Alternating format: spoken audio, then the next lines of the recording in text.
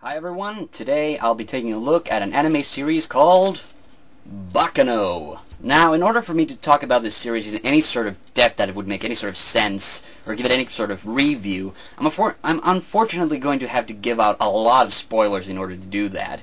So I'm going to put a spoiler warning just from which point onward you're not supposed to watch. On a general level, it's hard to say anything about Baccano without revealing too much. So all I'm going to really say is that this is one of the best anime series I've seen in a while. And in fact, I would put this on my top 10 animes list right now if it weren't for the fact that I haven't seen any other anime, so there wouldn't be much reason to redo the list now, and I hate putting things on my top 10 because it means I have to kick something off the top 10, and right now I don't really want to do that. But all I'm going to say, it's really good and I recommend people check it out. Now we're going to start the review properly.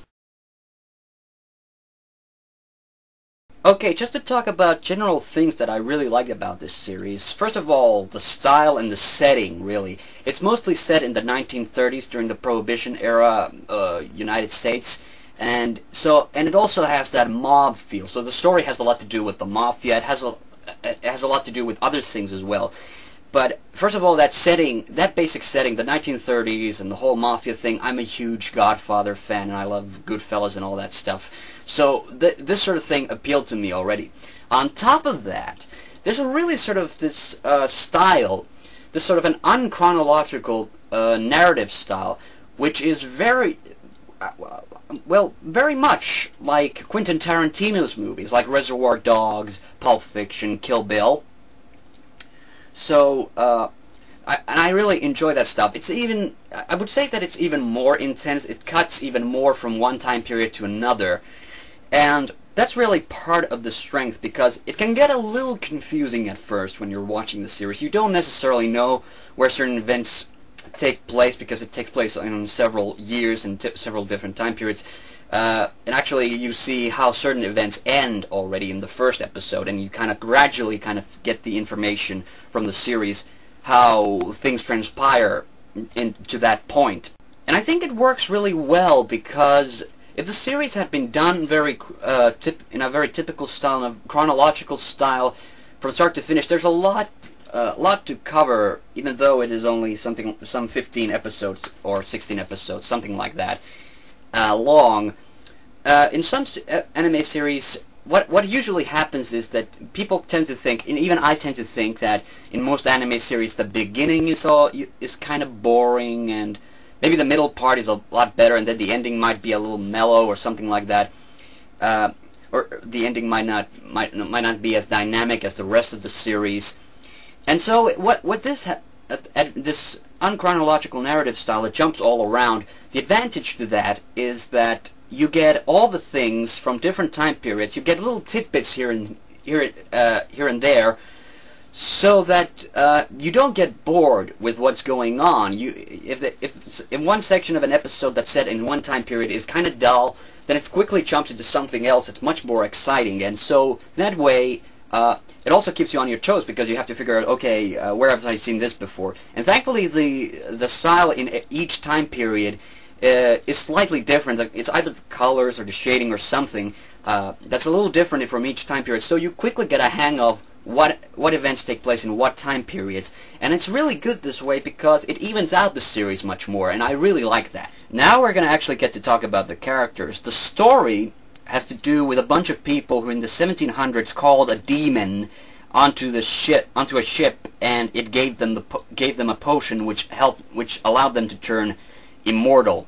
And the story has to do with the consequences of this potion, and how these characters who don't age and can't die from any natural causes except for being devoured by another immortal. And what this means is that they put their hand over them and they basically suck them into themselves, and they get all their memories and knowledge and stuff. Now, thankfully for me, and this is actually something that did appeal to me about the series, was that there's a lot of couples in this series. And that's why we get to go through the characters a little bit faster. I get to talk about two characters at the same time a lot of the time. And we're going to start off with who I think are kind of at the center. There's not really one particular protagonist throughout the whole series, but there are a bunch of protagonist types. First, there's the jokey type. There's the jokey couple, and that's Isaac and Miria. And these are the people. If you check out the introduction, these are the people who steal stuff in costume. And this is the silly couple, the funny couple, who are incompetent crooks. Except that they, at one point, they steal the inheritance of one of this girl, rich girl, who has also connections with the mafia, or rather, her father and one of her older brothers has been killed by the mafia, and her surviving older brother is also at the core of the story.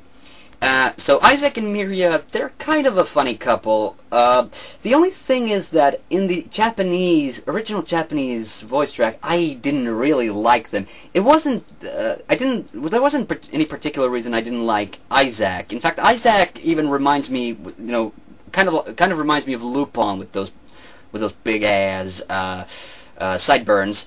But Miria was just really annoying to listen to in the Japanese version because she has the most high-pitched voice and she's always going like, Izaku! But really, in the English dub, and Funimation did the English dub and they did it fantastically, although it's really accent heavy because they wanted to have the accents be as authentic as possible to the period. So there's a lot of accent stuff. And I do think I have a bit of a bias towards the English voice actors because Caitlin Glass is Miria's English voice actor and actress, and Isaac is voiced by the same guy as Kyoya in Ouran High School Host Club, the Funimation dub. So, first of all, Isaac came off being much more manly and badass in the, well, not badass, but much more manly and kind of funny in a different way in the English dub, and Miria was much less annoying in the English dub. But, they're definitely the jokey characters. They bring the sort of life and funny stuff into the series, which is actually very brutal and violent at times, so they kind of cheer it up a little bit, make it a little less heavy to watch. Next up is Jacuzzi Splot. Yes, that's his name. Jacuzzi Splot, and Nice Holystone. Jacuzzi is a guy that is constantly crying over stuff. He comes off like being a huge crybaby, and Nice is just a pyromaniac. She loves blowing stuff up, and she has bombs hidden all over her clothing and stuff. But then Jacuzzi has a sort of a what the fuck factor to him. When they're on the train, part of the story takes place on the Transcontinental Express, which is called the Flying Pussyfoot, and because in the Japanese, of course, everybody says Flying Pussyfoot.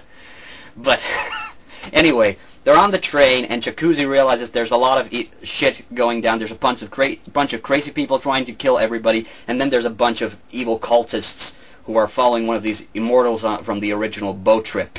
They're also on the train, and there's this crazy guy called the Rail Tracer. I'm going to talk about him maybe in a minute. But anyway, Jacuzzi then gets really serious. He gets really determined, and he's actually a pretty good fighter. He's very agile, and he has the most amazing luck.